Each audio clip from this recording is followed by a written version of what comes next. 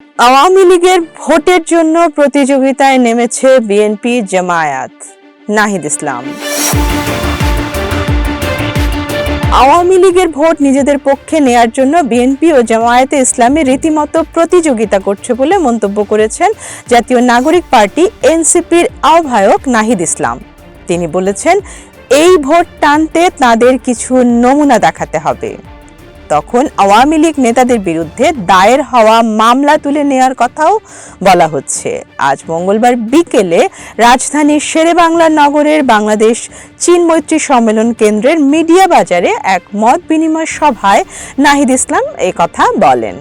Elections dialogue, your party voter questions শীর্ষক এই সভার আয়োজন করে ডেইলি স্টার।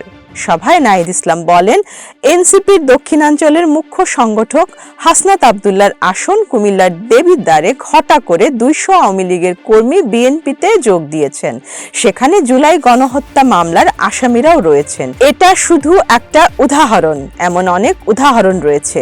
আওয়ামী লীগ প্রশ্নের সমাধান করা যায়নি উল্লেখ করে এনসিপির আহ্বায়ক বলেন, ট্রুথ কমিশন গঠনের আলাপ উঠলেও সেটি হয়নি।